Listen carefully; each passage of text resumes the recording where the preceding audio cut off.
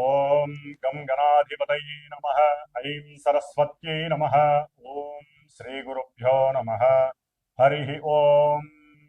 శరదిందు సమాకారే పరబ్రహ్మస్వరూపిణే వాసరాపీఠ నిలయే సరస్వతీ నమోస్తుతే.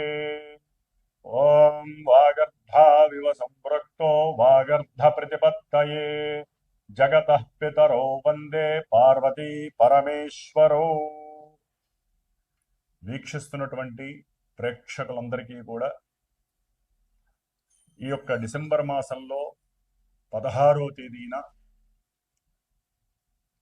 రవి తన యొక్క రాశిని మార్చుకుంటూ వృశ్చిక రాశిలోంచి ధనస్సు రాశిలోకి సంక్రమించేటటువంటి సమయము పుష్యమాసముగా మనము చాలా విశేషమైనటువంటి పండగగా భావిస్తాము. ముఖ్యంగా వైష్ణవ సాంప్రదాయంలో అటు వెంకటేశ్వర స్వామి వారికి, సీతారామచంద్రమూర్తికి, అలాగే కృష్ణుడికి, హనుమంతుల వారికి చాలా విశేషమైనటువంటి పండగగా చేసేటటువంటి మాసము ఈ యొక్క పుష్యమాసము. గోదాదేవిని కూడా చాలా విశేషంగా అర్చిస్తూ భగవంతుడికి సమస్త మానవాళి అంతా కూడా, సమస్త జీవులన్నీ కూడా సుఖంగా ప్రశాంతంగా ఈ భూమి మీదకి వచ్చినందుకు పూర్వజన్మల్లో చేసుకున్నటువంటి పుణ్యఫలాలన్నీ కూడా రావాలని ఆశిస్తూ ఎన్నో శ్లోకాలు, స్తోత్రాలు, మంత్రపఠనాలతో, ధూప దీప నివేదనలతో, ఉపవాస దీక్షలతో, అలాగే ఉదయాన్నే చక్కగా బ్రాహ్మీ ముహూర్తానికే నిద్రలేచి చాలా మంది, ఎక్కువ శాతం మంది మన యొక్క ఈ భరతఖండంలో సనాతన ధర్మాన్ని ఆచరించేటటువంటి ప్రతి వ్యక్తి, ప్రతి కుటుంబము కూడా చాలా ఆనంద పారవస్యముతో జరుపుకునేటటువంటి పండుగ దినము ఈ యొక్క దినములు పుష్యమాసము. ఈ యొక్క సమయంలోనే డిసెంబర్ 16వ తేదీ నుండి జనవరి 13వ తేదీ వరకు కూడా సమస్త జీవరాశుల్ని పరిపాలించేటటువంటి జీవాన్ని, శక్తిని, ఆత్మ చైతన్యాన్ని, మానసిక చిత్త చాంచల్యాన్ని దూరం చేసి తన యొక్క శక్తివంతమైనటువంటి కాంతి పుంజముల చేత చక్కగా అందరి యొక్క ఆత్మ నిగ్రహ శక్తులని, ఆత్మలని ఆ యొక్క స్వామివారు పరిపాలిస్తూ దివ్య తేజస్సుని కలిగించే విధంగా ఉండేటటువంటి మాసము ఈ యొక్క ధనుర్మాసము అంటారు. సూర్యుడు ధనస్సు సంక్రమణం ఈ నెల డిసెంబర్ 16వ తేదీన మూలా నక్షత్రంలో ఆయన సంచరిస్తాడు. దాదాపుగా ఒక 13 రోజులు. ఆ తదుపరి అంటే 29, 30వ తేదీ వరకు కూడా మూలా నక్షత్రంలో పరిపాలిస్తాడు. మరి ఈ నక్షత్రాధిపతి కేతువు సింహరాశిలో చక్కగా తన యొక్క స్వక్షేత్రంలో, అంటే రవి యొక్క స్వక్షేత్రంలో ఉండి పరిపూర్ణమైనటువంటి పుణ్య ఫలాలన్నీ కూడా ప్రసాదించేటటువంటి సమయంగా మనం చెప్పుకోవచ్చు. అలాగే తదుపరి రవి తర్వాత 13 రోజులు కూడా పూర్వాషాఢ నక్షత్రంలో తన యొక్క సంచారాన్ని కావిస్తూ ధనాన్ని, సంతానాన్ని, అట్లాగే వివాహాలని, ఇలాంటి యోగాలని, విశేషమైనటువంటి పూజా పుణ్యఫలాలని పరిపక్వత కలిగింపచేసి ఆత్మ చైతన్య శుద్ధిని, శక్తిని ప్రసాదించేవాడు ఈ సూర్య భగవానుడు. తదుపరి 9వ తారీఖు తర్వాత తన యొక్క సొంత నక్షత్రమైనటువంటి ఉత్తరాషాఢ నక్షత్రంలో సంచరిస్తూ మానవాళందరికీ కూడా ఎంతో శుభాన్ని చేకూర్చేటటువంటి మాసం ఇది. అయితే ఇదే రాశిలో దాదాపుగా కుజుడు కూడా ఇంతకు కొన్ని రోజుల ముందే ధనస్సు రాశిలో తన యొక్క సంచారాన్ని ప్రారంభం చేశాడు. అంటే రవి, కుజులు ఇద్దరూ అగ్ని తత్వాన్ని ప్రసాదించేటటువంటి చాలా హార్ష్బుళ్ళు, కోపోద్రిక్తమైనటువంటి, ఆవేశపూరితమైనటువంటి, ఉష్ణవంతమైనటువంటి గ్రహాలు. మరి అది ఉష్ణతత్వపు రాశి కూడా అయింది ధనస్సు రాశి. అగ్నితత్వపు రాశిలో 2 అగ్నితత్వపు గ్రహాలు ఉండటం చాలా వరకు కూడా మరి యొక్క స్థానాన్ని మన యొక్క జ్యోతిష శాస్త్రంలో ఉన్నతమైనటువంటి న్యాయస్థానాలకి, అట్లాగే విద్యాలయాలకి, ప్రొఫెసర్స్, న్యాయవాదులు, న్యాయస్థానాలు, జడ్జిలు, సమావేశాలు జరిపేటటువంటి పెద్ద పెద్ద ఆడిటోరియంస్, పూజా యజ్ఞాదులు, అట్లాగే హోమాదులు జరిగేటటువంటి పెద్ద పెద్ద ప్రదేశాలని, అలాగే మనం పూజ చేసుకునేటటువంటి పూజ గదుల్ని, ఇలా ఎన్నో విశేషమైనటువంటి, అట్లాగే దూర ప్రయాణాలని, ముఖ్యంగా విదేశాలలో నివసించేటటువంటి మానవికుల మీద ఈ యొక్క రవికుజుల యొక్క ప్రభావము అత్యంత తీవ్రంగా ఉండబోతోంది. ముఖ్యంగా రాజకీయ నాయకులు, మిలిటరీ, పోలీస్ ఉన్నతాధికారులు, డాక్టర్లు, ఎవరైతే వైద్య శాస్త్రంలో మెదడుకి సంబంధించినటువంటి డాక్టర్లు, అంటే మైండ్కి, నర్వస్కి సంబంధించినటువంటి, అట్లాగే శస్త్రచికిత్సలు ఎవరైతే సర్జన్స్ ఉంటారో వారికి సంబంధించి, ఆయుర్వేదంలో కూడా నూతన విప్లవము, ఆయుర్వేదానికి సంబంధించిన మందులు అవసరమయ్యేటటువంటి రోజులు మరి ఈ యొక్క నెల రోజులు కూడా అలాంటి పరిస్థితి రాబోతోంది. ఎన్నో ప్రయాణాల యందు ఆకస్మికంగా ఎన్నో రకాలైనటువంటి దుస్సంఘటనలు, దుర్ఘటనలు కూడా జరిగేటటువంటి సమయం ఇది. ఎన్నో ప్రమాదాలు, ఆయుర్గండాలు, అట్లాగే తీవ్రమైనటువంటి తలనొప్పులు, కీళ్లవాతాలు, నడున్నొప్పులు, అట్లాగే మూర్ఛపు వ్యాధులు, మరి శిరో సంబంధితమైనటువంటి ఎన్నో దోషాలు, సయాటిగా నొప్పులు కానివ్వండి, ఇలాంటివి అనారోగ్యాలు, అట్లాగే ఉష్ణతత్వపు గ్రహం కాబట్టి తీవ్రమైనటువంటి అలసట, కళ్ళు తిరగటము, అట్లాగే ఈ మర్మగర్భితమైనటువంటి మర్మాంగ అవయవాలకు సంబంధించినటువంటి కొన్ని అనారోగ్య దోషాలు కావచ్చు, ద్వితీయ వివాహాల పరంగా కొన్ని సంఘటనలు మరి ఇబ్బంది కలగచ్చు, రాజకీయ నాయకులకి కొన్ని మృత్యు సంకటాలుగా కూడా చెప్పుకోవచ్చు. అంటే మృత్యు సంకటము అంటే ఎన్నో రకాలైన ఇబ్బందులు అని చెప్పుకోవాలి. మృత్యు అనగానే మరణం ఒకటే కాదు, దానికి పరిపాటిగా వారికి ఊపిరాడనివ్వనటువంటి పరిస్థితులు ఎన్నో కలుగుతూ ఉంటాయి. ముఖ్యంగా అగ్ని సంబంధితమైనటువంటి విషయాలు, రవి కుజులు ఇద్దరూ కూడా మరి మిలిటరీ వ్యవస్థని జాగ్రత్తగా ఉంచుకోవాల్సినటువంటి పరిస్థితి. అట్లాగే బుధుడు, శుక్రుడు కూడా ఈ నెల డిసెంబర్ 20 తర్వాత శుక్రుడు మరి ఆయన వీళ్ళిద్దరితో కలుస్తున్నాడు.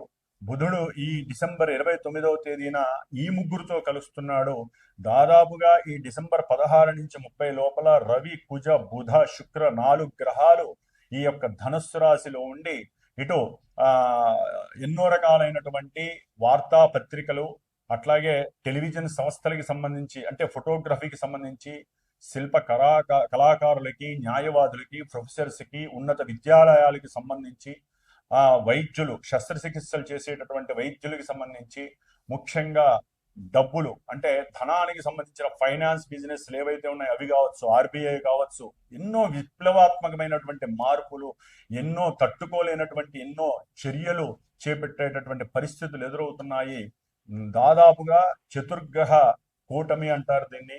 మరి ఈ నెలలో దాదాపు డిసెంబర్ 29, 30వ తేదీ నుండి జనవరి 13వ తేదీ వరకు ఈ 4 గ్రహాల ప్రభావంతో పాటుగా ఆల్రెడీ మీనరాశిలో, జలరాశిలో ఉన్నటువంటి పాపి అయినటువంటి శనిగ్రహం యొక్క వీక్షణ 10వ దృష్టి 4 గ్రహాల మీద పడుతోంది. అట్లాగే గురుడు ఒకందుకు గురుడు యొక్క దృష్టి, సప్తమ దృష్టి 4 మీద పడటం అనేటటువంటిది కొంత ఉపశమనం కలుగుతుంది. అంటే ఏదైనా సమస్యలు వచ్చినా అవన్నీ నెట్టివేసేటటువంటి శక్తి గురుడు ఇక్కడ ప్రసాదిస్తున్నాడు. ఏదేమైనప్పటికీ అగ్నిపరంగా, జలపరంగా, వాయుపరంగా, అంటే వీటికి సంబంధించినటువంటి ప్రయాణాల పరంగా ఏదైనా జాగ్రత్తలు వహించాలి.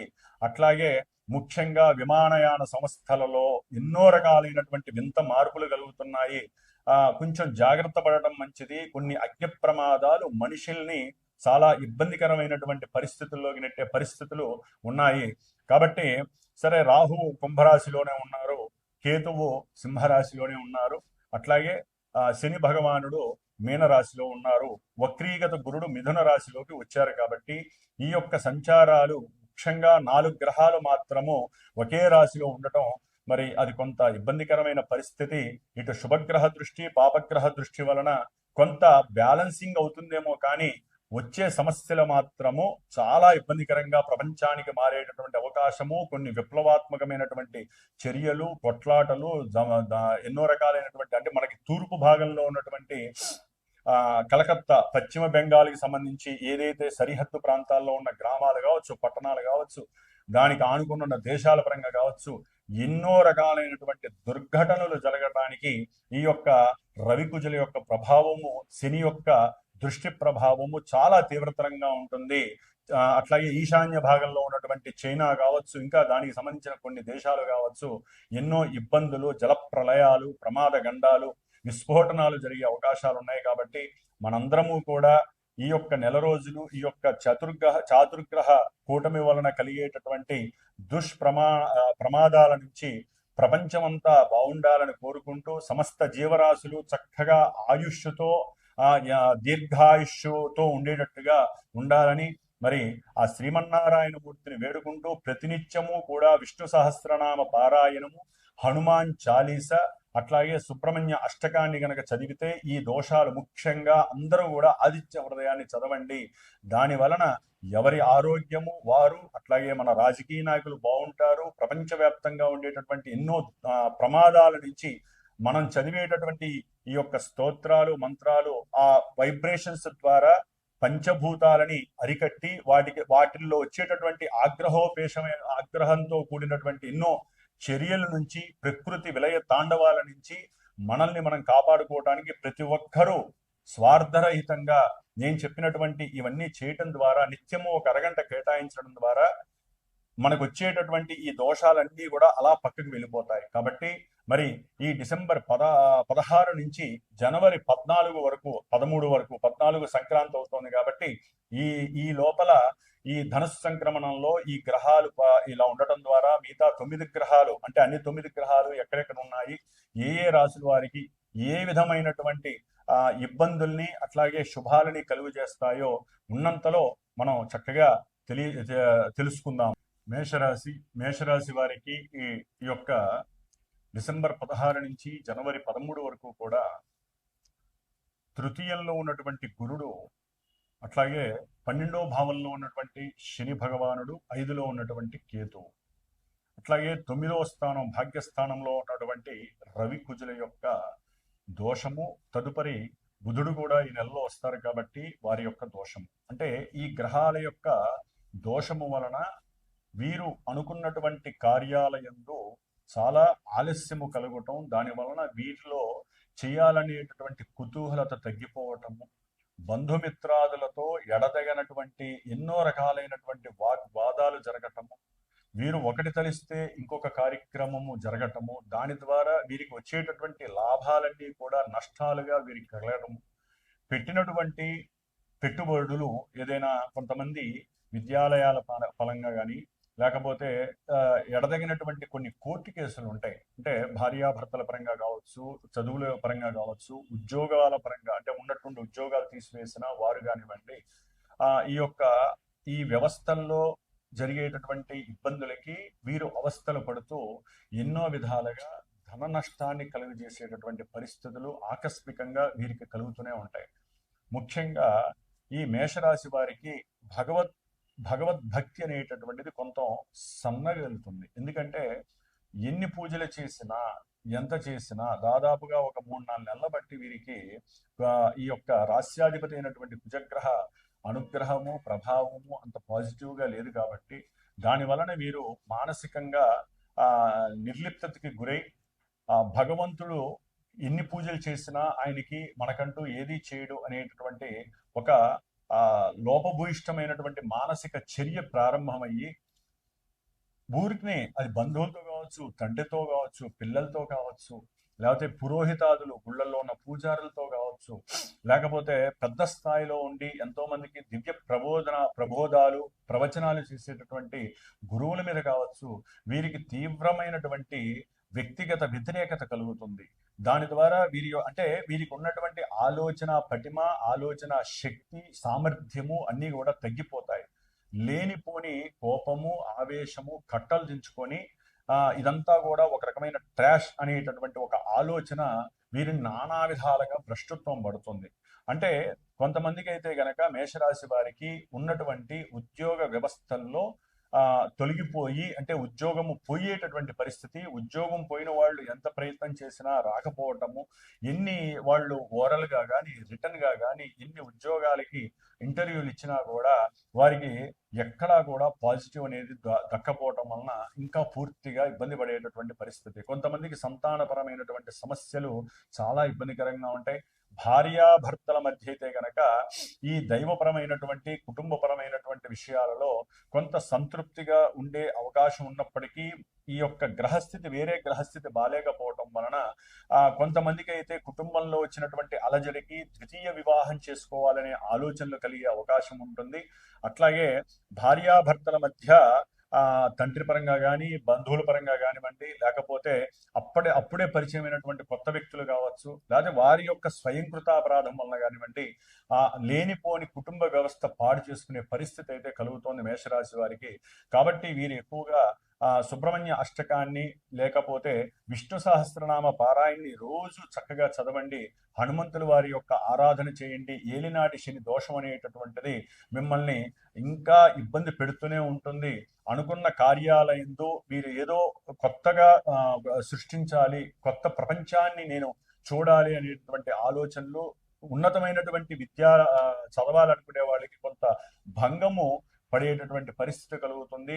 అంటే వీరు అనుకున్నటువంటి విద్యాలయాలలో సరైనటువంటి సీటు దొరకపోవటం వలన వీరికి సపోర్ట్ లేకపోవడం, ఆర్థిక పరంగా కావచ్చు, తండ్రి పరంగా కావచ్చు, అన్నదమ్ముల పరంగా కావచ్చు, సపోర్ట్ లేకపోవటం వలన వీరికి కొన్ని ఇబ్బందులు తారసపడే అవకాశం ఉంటుంది.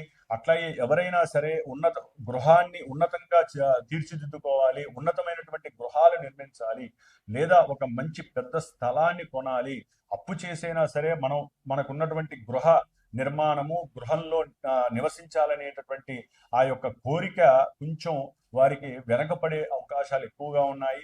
బ్యాంకుకి సంబంధించినటువంటి వాళ్ళు మిమ్మల్ని ఎక్కువగా ఇబ్బంది పెట్టడము, అంటే మీరు మీ పిల్లల పరంగా చేసినటువంటి అప్పులని తీర్చమని చెప్పి కాస్త మీకు ఫోర్స్ ఎక్కువ రావటము, అక్కడ విదేశాల్లో ఉన్నటువంటి వారికి ఉద్యోగాలు లేక నానా బీభత్సమైనటువంటి పరిస్థితి కలగటం వలన ఇక్కడ వీరు తల్లిదండ్రులు ఇబ్బంది పడే పరిస్థితి కూడా కలుగుతోంది. అట్లాగే కొంత గవర్నమెంట్ పరమైనటువంటి ప్రభుత్వ పరమైనటువంటి ఇబ్బందులు కూడా మిమ్మల్ని ఇబ్బంది పెడతాయి. దాని ద్వారా అవసరం లేకుండా మీరు ఒక్కోసారి కోర్టుకు వెళ్లాల్సి వస్తుంది, లేకపోతే ఒక్కోసారి పోలీస్ స్టేషన్కి వెళ్లాల్సి వస్తుంది. అది సంతానపరంగా కావచ్చు, తండ్రి చేసిన పొరపాట్ల వల్ల కావచ్చు, అప్పుల పరంగా కావచ్చు, ఇట్లా. అట్లాగే ఆరోగ్యపరంగా కొన్ని సమస్యలు రావడం ద్వారా ఊరికినే హాస్పిటల్స్కి వెళ్ళటము, ధనాన్ని ఖర్చు పెట్టుకోవటము, రావటము, ఇట్లా ఎన్నో రకాలైనటువంటి సమస్యల మధ్య మేషరాశి వారికి కొంత అగాధమనే చెప్పుకోవాలి. ఒక్క శుక్ర భగవానుడు ప్రెజెంట్ ఇప్పుడు కానివ్వండి, తదుపరి ఈ డిసెంబరు 20 తర్వాత నుంచి కానివ్వండి, ఉన్నంతలో శుక్రుడు బాగున్నాడు కాబట్టి ఆర్థికంగా తండ్రి వలన కావచ్చు, లేదా కుటుంబ పరంగా, భార్య పరంగా, వ్యాపార పరంగా ఏదైనా కొంత ధనము వీరికి చక్కగా కలిసి వచ్చే అవకాశం ఉంటుంది. అట్లాగే ఈ పట్టు పరిశ్రమలు ఉంటాయి, అంటే వస్త్ర వ్యాపారులు కావచ్చు, జ్యువెలరీ వ్యాపారస్తులు కావచ్చు, ప్రయాణాలకు సంబంధించి ఉంటాయి, ట్రాన్స్పోర్ట్ బిజినెస్కి సంబంధించిన వాళ్ళు కావచ్చు, ఎన్నో ఇబ్బందులు ఉన్నప్పటికీ ఆర్థికంగా కొంత వెసులుబాటు కలిగేది ఒక్క శుక్ర భగవానుడు వల్లనే. మిగతా గ్రహాలన్నిటికీ తప్పనిసరిగా మీరు దీపారాధనలు, స్తోత్ర పారాయణ చేయండి. వీలుంటే నవగ్రహ పాశుపత దివ్య రుద్ర హోమాన్ని కానీ అభిషేకాన్ని కానీ చేయించుకోవడానికి ప్రయత్నం చేయండి. అట్లాగే నవధాన్యాలన్నీ కూడా చక్కగా నానబెట్టి లేకపోతే పిండి చేసి గోమాతకి బెల్లం వేసి తినిపించగలిగితే ఈ నవగ్రహ దోష పరిహారం జరుగుతుంది. ఓం నమో నారాయణాయ నమః.